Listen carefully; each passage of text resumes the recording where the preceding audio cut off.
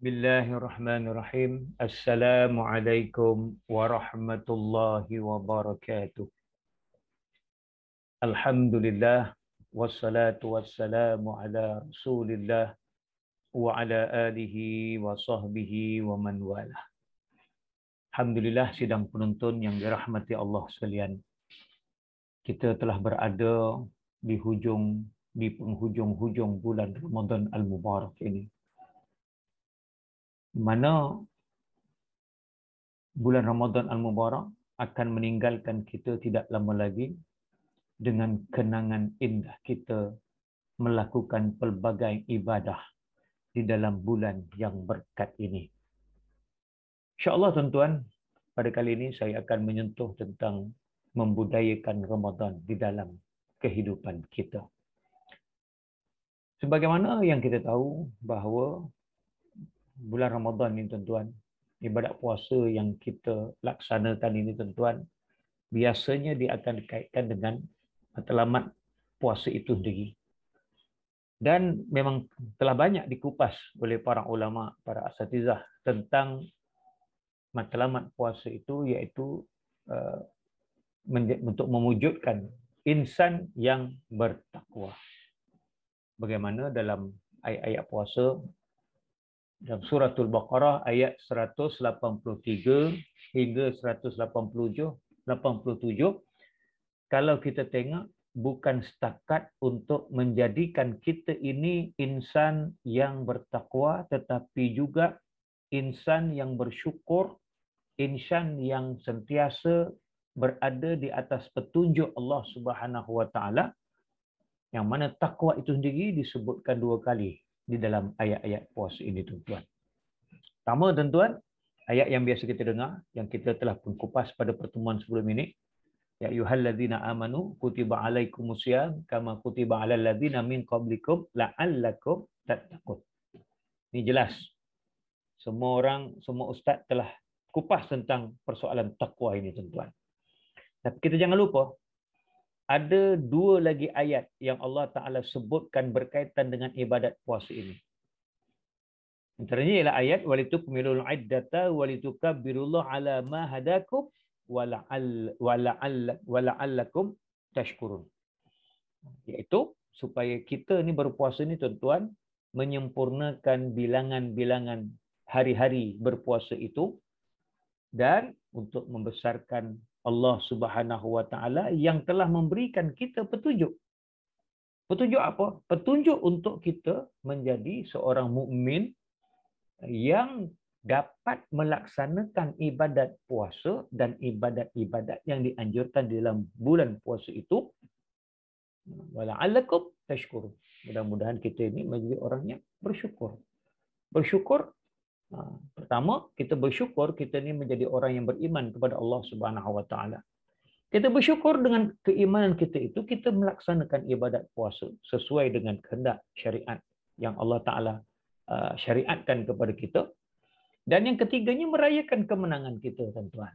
Kemenangan kita dapat melaksanakan ibadat puasa, insya-Allah mudah-mudahan mendapat kemenangan syurga nanti di hari akhirat, dan juga merayakan kemenangan kita dapat melaksanakan ibadat puasa dan juga ibadat-ibadat yang kita buat dalam bulan puasa itu dengan anugerah yang diberikan oleh Allah SWT, iaitulah Hari Raya Aidilfitri, yang mana dengan kesyukuran itu kita zahirkan kesyukuran itu dengan membesarkan Allah Subhanahu Wa Taala melalui takbir hari raya sepanjang malam 1 Syawal sampailah kepada pagi 1 Syawal. Itu yang kedua.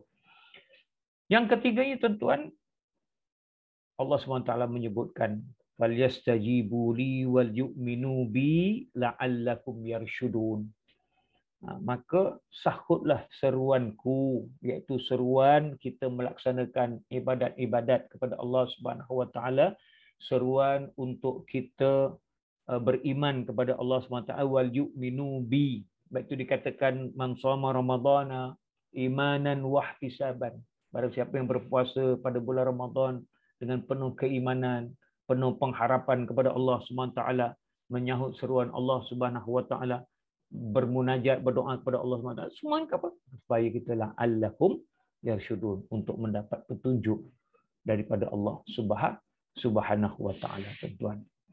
Dan yang akhir sekali, takwa yang ketiga Allah sebutkan dalam ayat-ayat puasa ini ialah kadzalika yubayyinullahu ayatihi linnas la'allahum yattaqun. Demikianlah Allah SWT menerangkan ayat-ayat tanda-tanda kebesarannya kepada manusia supaya sepatutnya manusia itu menjadi orang yang bertakwa. Kenapa, tuan-tuan? Kalau kita lihat, tuan-tuan, dalam kita melaksanakan ibadat puasa atau sepanjang kita berada dalam bulan Ramadan, apa antara rutin Ramadan yang kita buat, tuan-tuan? Pertama, sudah tentu berpuasa daripada fajar sampailah kepada waktu tenggelamnya matahari, tuan-tuan.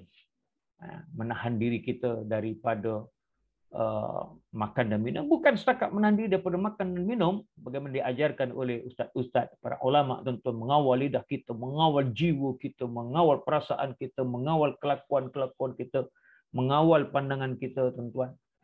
Sampai kita merebut kelebihan yang Allah Ta'ala sediakan dalam bulan Ramadan ini dengan melaksanakan, menunaikan solat berjemaah bersama imam di masjid, di surau dan sebagainya, tuan-tuan. Pada malamnya kita laksanakan tarawih, paling kurang 8 rakaat, 20 rakaat, lebih daripada itu, tuan-tuan.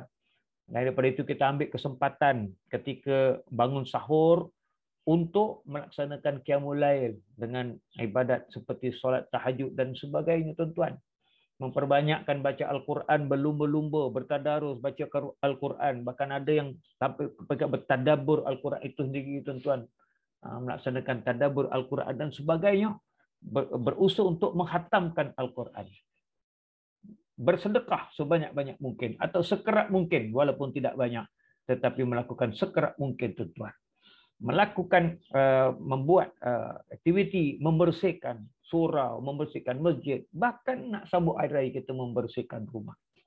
Di samping kita memperbanyakkan bertaubat kepada Allah Subhanahu Wa Taala dengan beristighfar dan sebagainya. Ini adalah rutin Ramadan. Yang kita nampak ini adalah suatu kehidupan yang sehat, terutamanya dalam kita menyediakan diri kita untuk kita menghadap Allah Subhanahu Wa Taala di hari kemudian nanti, tuan-tuan. Cumanya, tuan-tuan, kita tengok, tuan-tuan, kadang-kadang kita ni, kita seolah-olah membezakan di antara bulan Ramadan dengan bulan-bulan. Kita ada 12 bulan. Bulan Ramadan ni satu, tuan-tuan.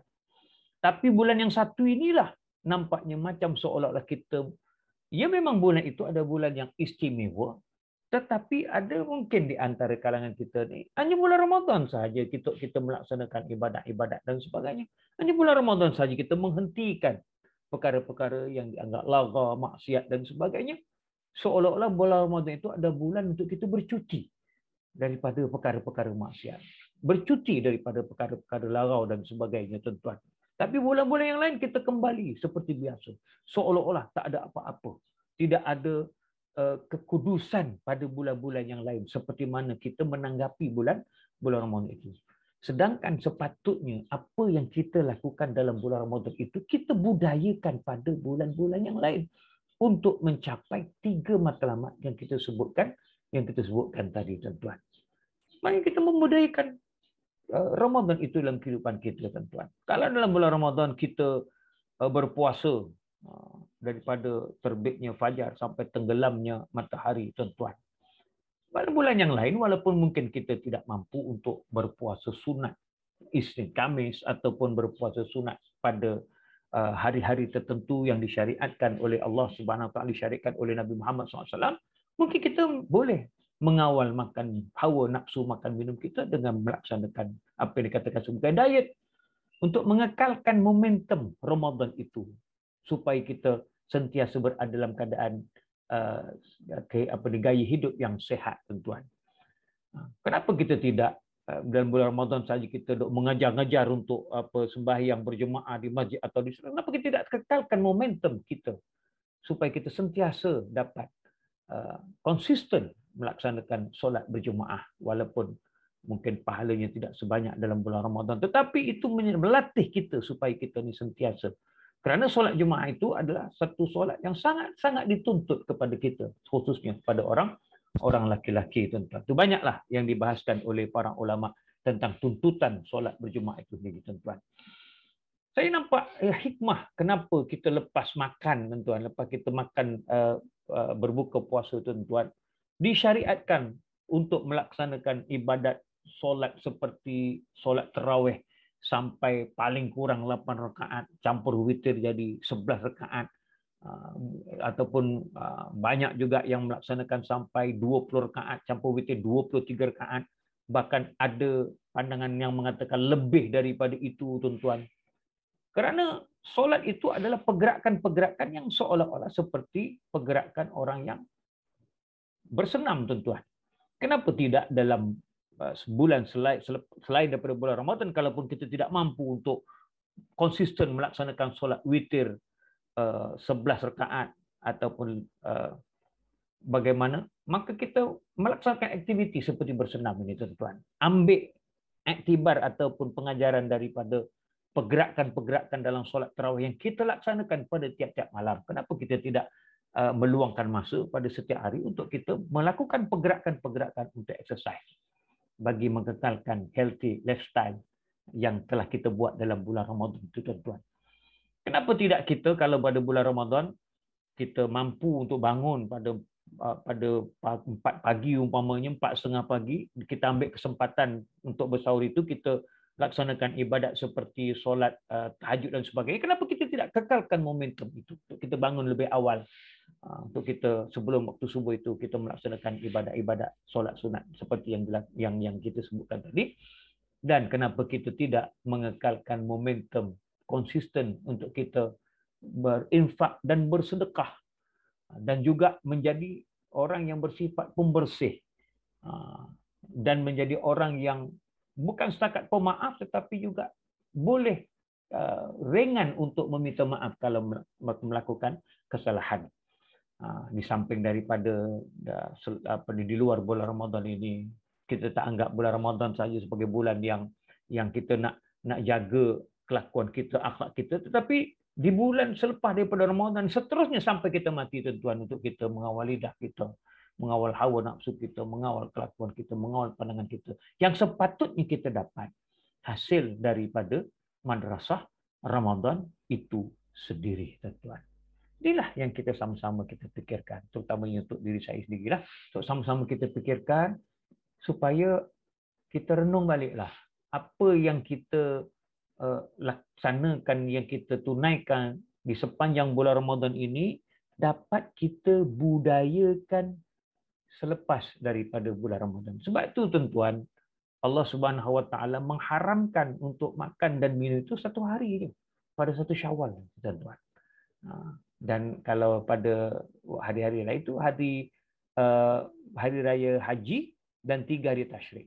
Maknanya 4 hari campur 5 hari je sepanjang tahun yang Allah Taala berikan kita supaya kita diharamkan untuk berpuasa, supaya kita dimakan kulu washrabu. Tapi Allah tak sebut wala tusrif. Jangan kita melampaui batas, tuan.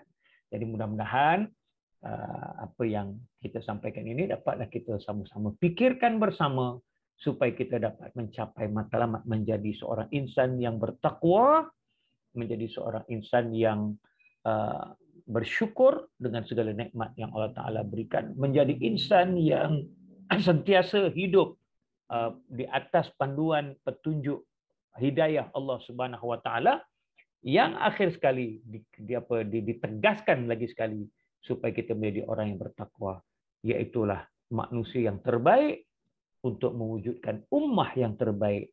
Kuntum khaira ummah ukhrijat linnas. Sekian, wabillahi taufik wal hidayah. Assalamualaikum warahmatullahi wabarakatuh.